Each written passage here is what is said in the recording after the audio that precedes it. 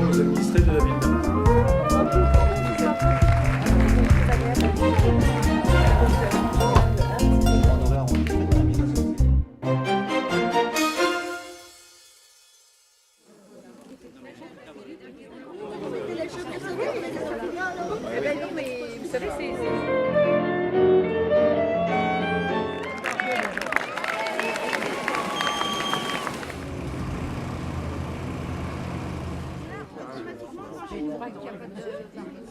Ici, c'est l'arbre, c'est ce platane très ancien, énorme qui est là. Et la place est vraiment très très agréable. Aimez-vous la pizza? La place du Septier, oui. Ah oui. Place tranquille, avec des gens gentils, une terrasse sympathique pour manger des petites choses à midi. Voilà. Des gens bien, quoi. J'ai bien fait de venir vivre dans ce quartier. Je suis venue à la fête des voisins et j'ai la boutique juste en face, la boutique Rouge Lotus. Moi, je suis très contente de vivre là et c'est un peu aussi mon initiative de travailler avec les Français pour m'intégrer à ma manière. C'est toujours très très sympathique. Il nous manque que le soleil, mais il y a quand même une chaude amitié ce soir. Tous ces gens ont apporté à la fois leur cuisine et ils ajoutent avec leur bonne humeur un petit peu de degré à la température qui manque un peu ce soir. Mais voilà, c'est un vrai plaisir de les voir partager des choses simples, de les voir se parler. C'est vraiment l'objectif de cette fête et je suis content. Nous, on fait la fête des voisins depuis le début, puis on continue. On a un quartier où il y a beaucoup de communautés, donc ça s'accorde pas, mais on essaie de faire ça justement pour que les gens se rencontrent. Et je pense que notre rôle, c'est ça. Allez, là, monsieur Michel et Rose. Voilà, monsieur Michel. La fête des voisins, c'est bien. On se réunit tous. Ça nous permet de manger un petit morceau ensemble.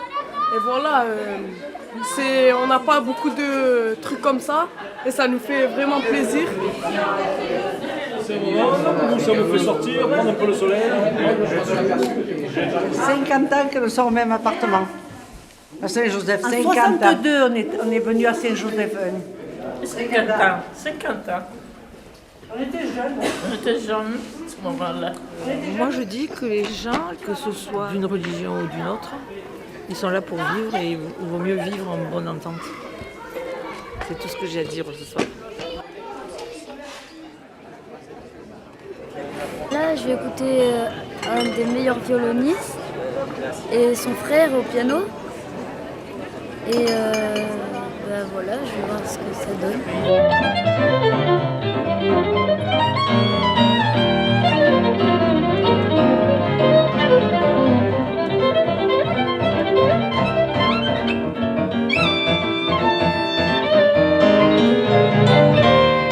On est venu hier voir Sandra Nkake, je crois que c'est Sandra, je ne suis pas sûr du prénom, mais bon, voilà. Et donc par contre je suis sûr du prénom, Didier Lecoud, voilà, ça c'est sûr.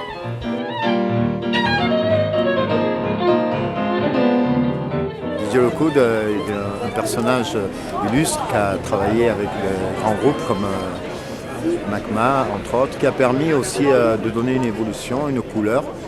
Et c'est très important.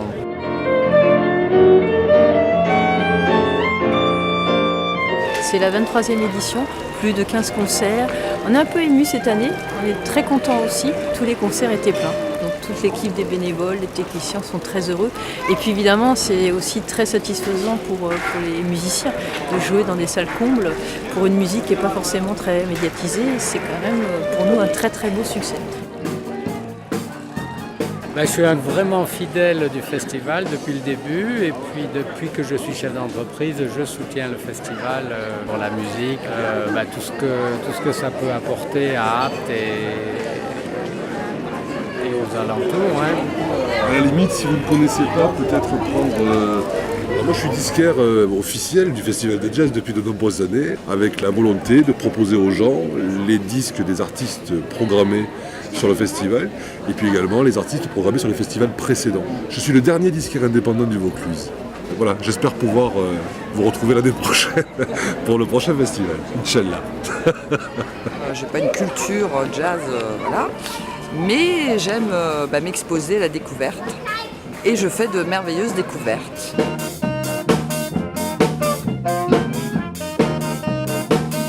Depuis le mandat de l'équipe actuelle, ça fait le 6e festival en commun avec la ville d'Apt, donc ça commence à être une sacrée belle histoire. Cela fait 4 ans que nous menons des actions en lien avec le service animation jeunesse. Donc là, c'est toute l'année des ateliers avec différents intervenants en lien avec la musique ou d'autres disciplines, mais toujours en lien avec le jazz et l'esprit du jazz qui est pour nous l'ouverture, la curiosité, la liberté. Nous sommes ici à l'ancienne école Jean Moulin. C'est une journée un petit peu particulière avec les enfants qui sont allés déambuler. Puis ensuite, on va retrouver la fanfare à la ludothèque avec les enfants de 0 à 5 ans. Il y a quelques enfants qui vont venir avec leurs parents pour une petite sensibilisation à la musique et au jazz.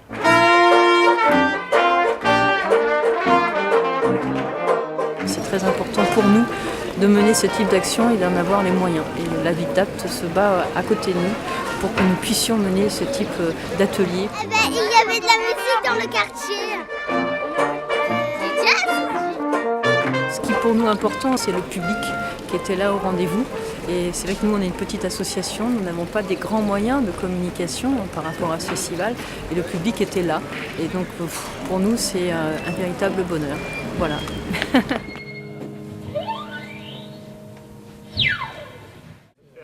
Merci. Le triathlon, ça consiste à enchaîner 3 épreuves sans arrêt du chronomètre. Une épreuve de natation, pour ici, c'est 1,9 km de natation, suivi de 87 km de vélo et 21 km de course à pied. La majorité viennent de toute la région et puis après on a quelques personnes qui viennent du nord de la France, la région parisienne, quelques étrangers, des Belges et des Allemands. On vient de Bandol, mais on est encore des Vélisiens dans l'âme parce qu'il n'y a qu'un an qu'on est descendu dans le sud, donc on représente encore notre club de Vélizy parisien. On a encore les couleurs. Il y en a qui viennent préparer déjà le triathlon de Nice en particulier, qui se passe fin juin. C'est sur une distance Ironman, donc le double de la distance d'ici. Petite répète pour Nice, voilà. C'est pour ça qu'on est venu aujourd'hui faire un Alpha Ironman en attendant le gros morceau le 23 juin. J'arrive de Manosque, du club triathlon de Manosque. Et je le fais en préparation du triathlon d'Embrun. Il me semble que vous êtes à peu près 170 individuels et une quinzaine de relais au départ.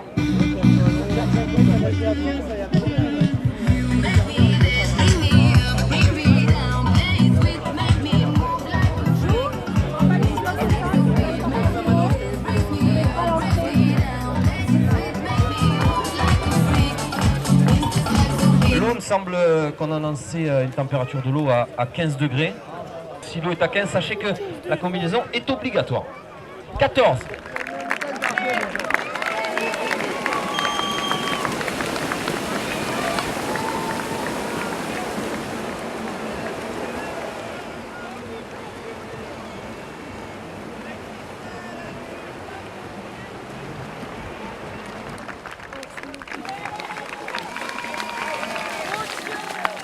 On annonce aussi comme un des favoris, on va voir comment il se comporte. Allez, c'est parti pour Julien Pichon, c'est parti pour Raphaël Serapica. On a le dossard 7 également qui s'élance, c'est Michael Dutou du club d'Antibes. Ça a été très serré au début, il y a 82 km de vélo et ils partent sur 21 km à pied. À la ligne.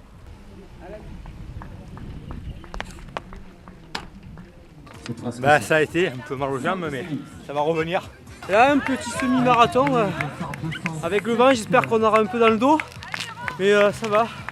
On est parti quoi. Je monte partout. Heureusement, la course, c'est ce que je préfère. Un enfer. Plus jamais. Plus jamais. Menteuse.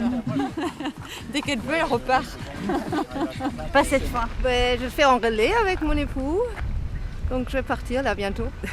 Allez, il y a la classe ici, allez. 4h34 minutes.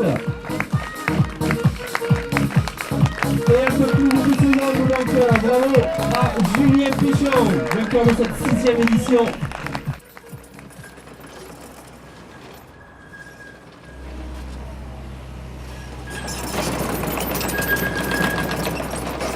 On va les tenir, sur les tiens. mètre derrière sa boîte aux lettres, il veut laisser 1,20 m ou 1,20 m. Ouais, mais ça, je laisse tranquille. Et ça puisse continuer derrière. Ça, on est d'accord. Oui. Ça, on est d'accord. L'histoire de l'escalier qui se perd, pour moi, c'est la meilleure solution esthétiquement parlant.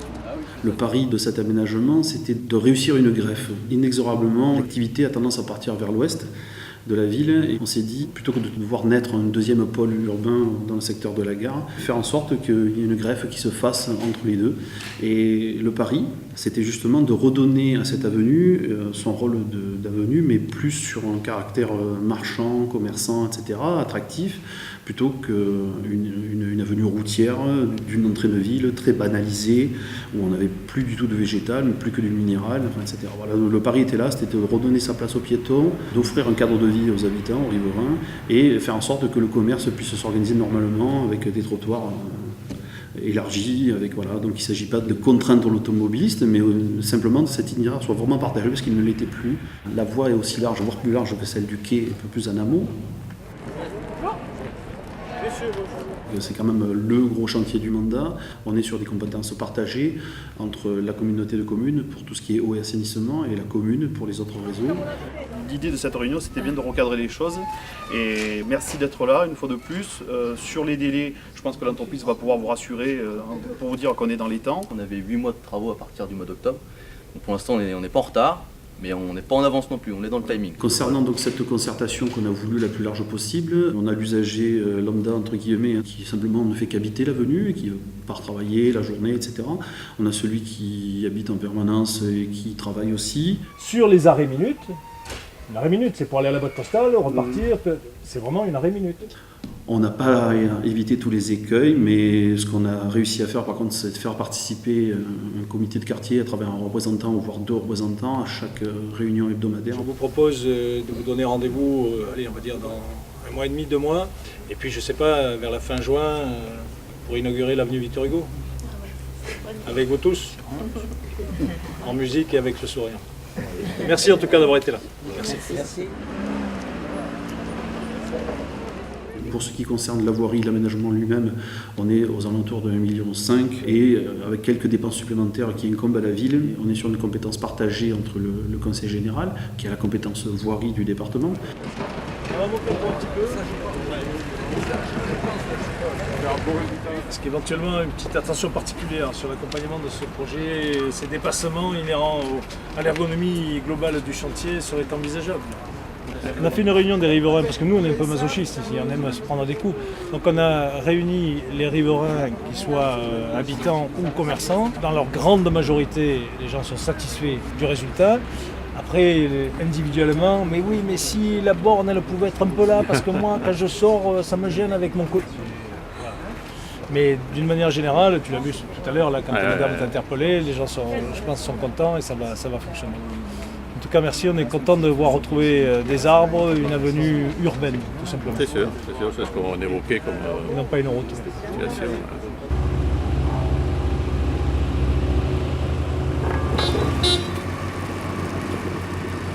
C'est une longue nuit de travail qui commence là, à la tombée de la nuit, mais encore une fois, je suis certain que voilà, ça valait le coup, il fallait le faire, on a franchi les obstacles. Et puis j'espère que les Aptésiens, encore une fois, apprécieront ce travail qui est fait pour eux et que voilà, ça donne un vrai signe fort à l'entrée de ville d'Apt.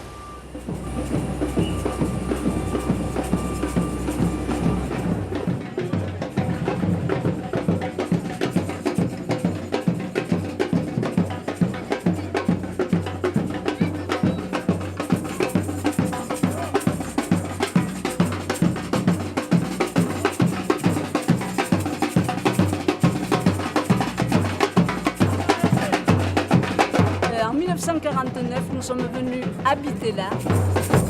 Ah oui, maintenant c'est mieux. C'est beaucoup plus agréable quand même quand on rentre dans Apt.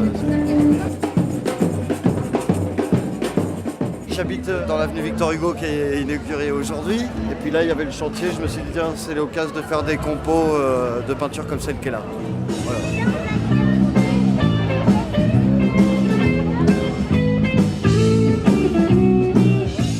C'est à l'usage qu'on s'apercevra de l'utilité de ce qu'on a fait. Et on n'est pas là pour révolutionner les choses, simplement les adapter. Et je crois qu'on est sur le point de réussir, même si c'est un peu prétentieux de le dire, moi j'assume. Voilà.